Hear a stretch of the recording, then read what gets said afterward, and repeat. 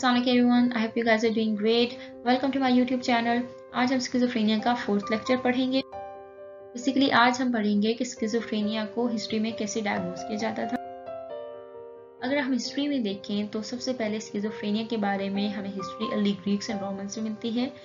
जैसे कि हर एरा में कुछ ना कुछ राइटिंग्स होती हैं, तो तब हमें उनके बारे में कुछ ना कुछ इंफॉर्मेशन मिलती है।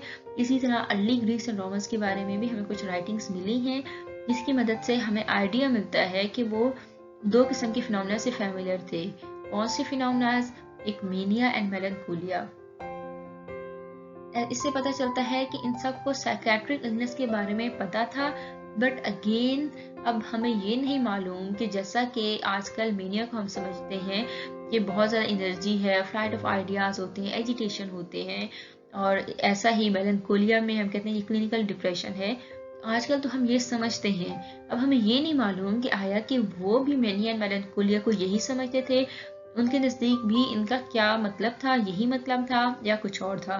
तो ये चीज़ हमें नहीं समझ आती, बट अगेन हमें ये पता है कि वहाँ उन लोगों को मालूम था कि मेनिया, मेलनकोलिया, ये सारी चीज़ें कुछ sort of psychiatric illness exist करती है एक पर्सन में।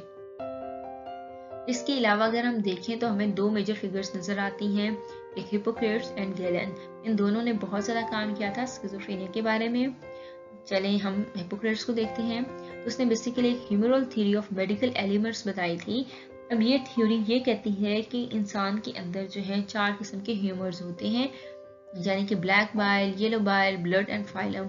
और जब ये 4 ह्यूमन सही तरह से काम करें, बैलेंस वे में काम करें, देन पर्सन हेल्दी होता है। इनमें से कोई भी जो ह्यूमर है वो उसकी कहते हैं ना बैलेंस सही ना हो, या उसका लेवल सही ना हो, ज़्यादा हो या कम हो, तो उससे ये साइकेट्रिक इलनेस होती है। इसके अलावा इसके काम को आगे गैलन ने बढ़ाया था।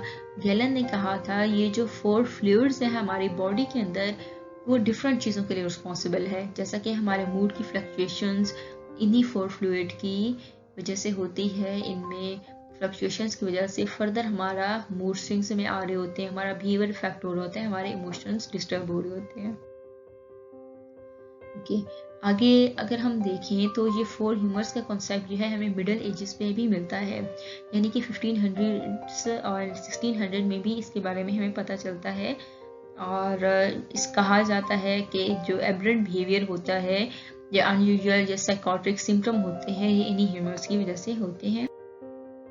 इसके अलावा अगर हम देखें तो अमेरिकन साइकेट्री में भी हमें स्किज़ोफ्रेनिया या किसी किस्म के साइकेट्रिक इलनेस की हिस्ट्री मिलती है। तो एक जो अमेरिकन साइकेट्रिस्ट था बेंजामिन रश, उसने एक बुक लिखी थी 1812 में, डिजीज ऑफ माइंड, जिसमें उसने तकरीबन बहुत सारे साइकेट्रिक डिसऑर्डर्स को कवर किया था, जिसमें स्किज़ोफ्रेनिया भी एक। इसके अलावा अगर हम देखें तो क्रैपलिन एक पर्सन था जिसने कहा था कि स्किज़ोफ्रेनिया एक सिंड्रोम है, बट अगेन स्किज़ोफ्रेनिया का वर्ड उसने नहीं यूज़ किया था, बट उसने इस तरह के सिम्टम्स को कहा था कि ये सिंड्रोम है, और इसको उसने नाम दिया था डिमेंशिया पैराकॉक्स।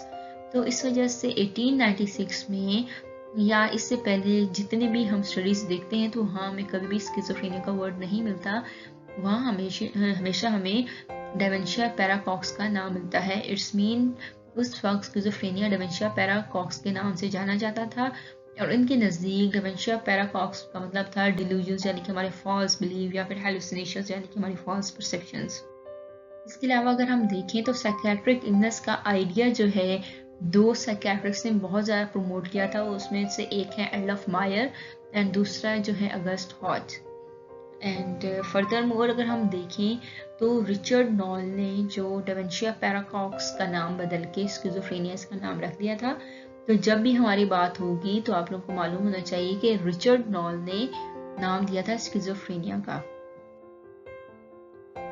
ये आज हमने पढ़ा हिस्ट्री के बारे में। अगर आपको आज की वीडियो पसंद आई है तो kindly like and subscribe my channel and press the bell button to get update about new videos. Thank you.